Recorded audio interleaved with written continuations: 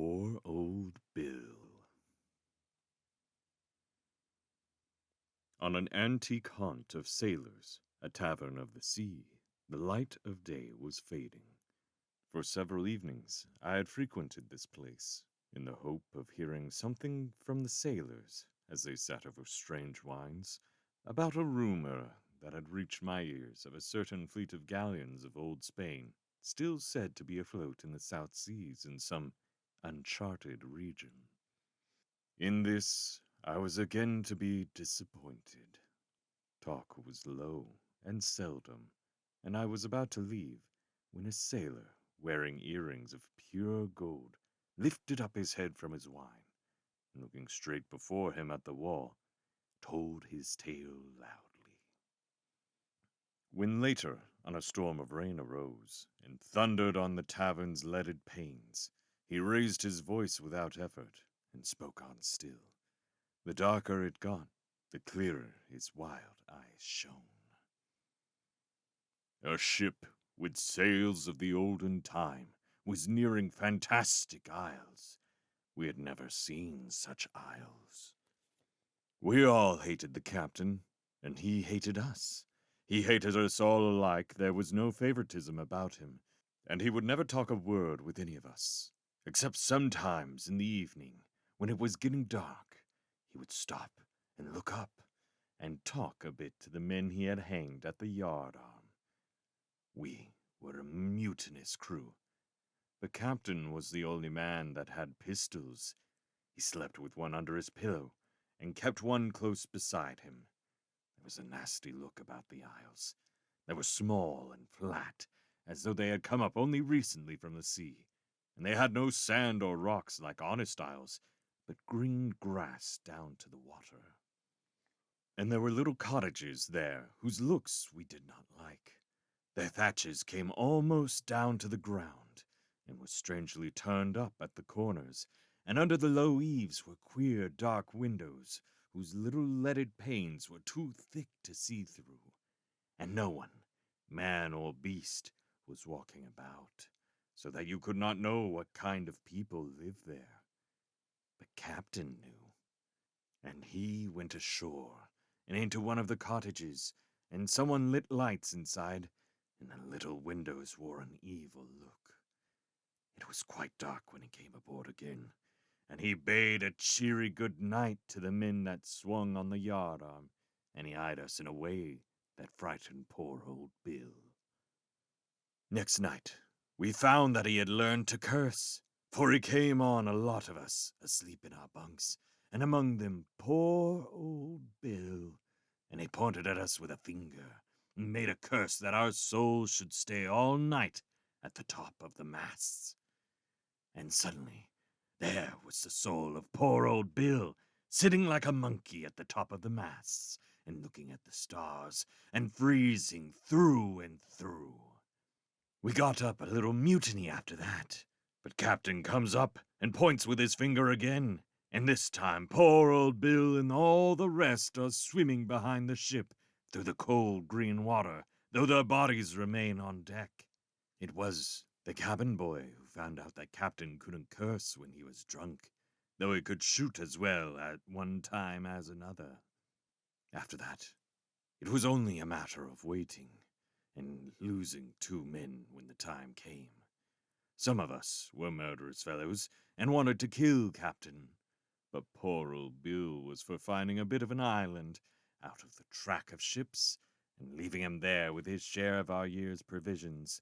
And everybody listened to poor old Bill, and we decided to maroon Captain as soon as we caught him when he couldn't curse.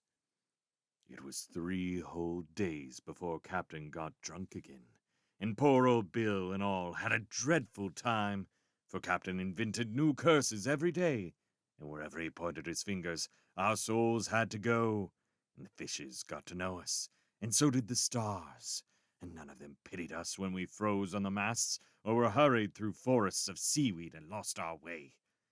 Both stars and fishes went about their business with cold, unastonished eyes.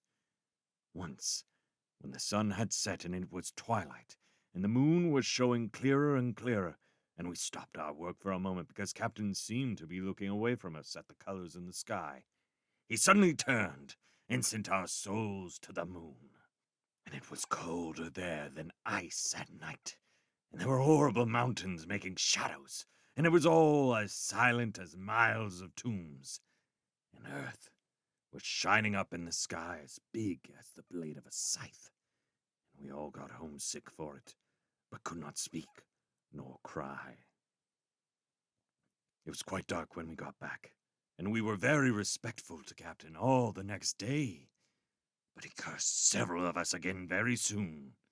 What we all feared most was that he would curse our souls to hell, and none of us mentioned hell above a whisper, for fear that it should remind him. But on the third evening, the cabin boy came and told us the captain was drunk, and we all went to his cabin, and we found him lying there across his bunk. And he shot as he had never shot before, but he had no more than 2 pistols, and he would only have killed 2 men if he hadn't caught Joe over in the head with the end of one of his pistols. And then we tied him up, and poor old Bill put the rum between the captain's teeth and kept him drunk for 2 days so that he could not curse till we found a convenient rock. And before sunset on the second day, we found a nice bare island for Captain out of the track of ships, about 100 yards long and about 80 wide. And we rowed him along to it in a little boat and gave him provisions for a year, the same as we had ourselves, because poor old Bill wanted to be fair. And we left him sitting comfortable with his back to a rock, singing a sailor's song. When we could no longer hear Captain singing, we all grew very cheerful and made a banquet out of our year's provisions, as we all hoped to be home again in under 3 weeks. We had 3 great banquets every day for a week. Every man had more than he could eat, and what we left over we threw on the floor like gentlemen. And then one day, as we saw San Juegueros and wanted to sail in to spend our money, the wind changed round from behind us and beat us out to sea. There was no tacking against it, and no getting into the harbor, though other ships sailed by us and anchored there. Sometimes a dead calm would fall on us, while fishing boats all around us flew before half a gale. And sometimes the winds would beat us out to sea when nothing else was moving. All day we tried, and at night we laid to and tried again the next day. And all the sailors of the other ships were spending their money in San Juegueros, and we could not come nigh to it. Then we spoke horrible things against the wind and against San Juegueros, and sailed away. It was just the same at Norena. We kept close together now, and talked in low voices. Suddenly, poor old Bill grew frightened. As we went all through the Syriatic coastline, we tried again and again, and the wind was waiting for us in every harbor and sent us out to sea. Even the little islands would not have us. And then we knew that there was no landing yet for poor old Bill, and everyone upbraided his kind heart that he had made them maroon captain on a rock so as not to have his blood upon their heads. There was nothing to do but to drift about the seas. There were no banquets now, because we feared that captain might live his year and keep us out to sea.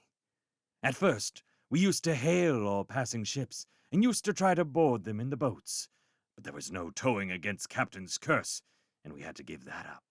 So we played cards for a year in captain's cabin, night and day, storm and fine, and everyone promised to pay poor old Bill when we got ashore. It was horrible to us to think what a frugal man Captain really was. He that used to get drunk every other day whenever he was at sea. And here he was, still alive and sober too, for his curse still kept us out of every port, and our provisions were gone. Well, it came to drawing lots, and Jim was the unlucky one. Jim only kept us about 3 days, And then we drew lots again. But this one didn't keep us any longer, and we drew again, and this time it was Charlie. And still Captain was alive. As we got fewer, one of us kept us longer. Longer and longer a mate used to last us, and we all wondered how ever Captain did it. It was 5 weeks over the year when we drew Mike, and he kept us for a week, and Captain was still alive. We wondered he didn't get tired of the same old curse, but we suppose things look different when one is alone on an island. When there was only Jakes and poor old Bill and the cabin boy and Dick, we didn't draw any longer. We said that the cabin boy had had all the luck, and he mustn't expect any more. Then, poor old Bill was alone with Jakes and Dick, and Captain was still alive. When there was no more boy, and the Captain still alive, Dick, who was a huge, strong man like poor old Bill, said that it was Jake's turn, and he was very lucky to have lived as long as he had. But poor old Bill talked it over with Jake's, and they thought it better that Dick should take his turn. Then there were Jake's and poor old Bill, and Captain would not die.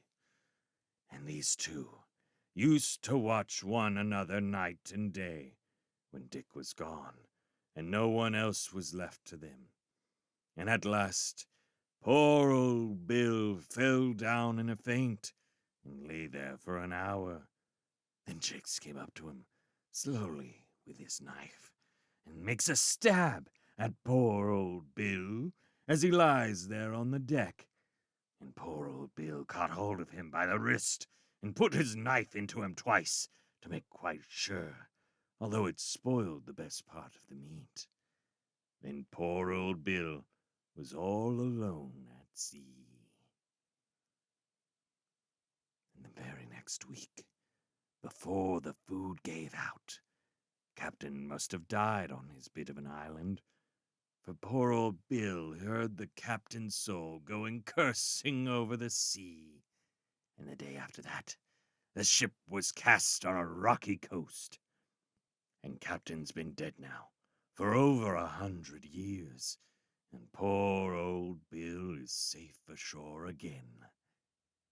But it looks as if Captain hadn't done with him yet, for poor old Bill doesn't even get any older, and somehow or other, he doesn't seem to die. Poor old Bill. When this was over, the man's fascination suddenly snapped, and we all jumped up and left him. It was not only his revolting story, but it was the fearful look in the eyes of the man who told it, and the terrible ease with which his voice surpassed the roar of the rain, that decided me never again to enter the haunt of sailors, the tavern of the sea.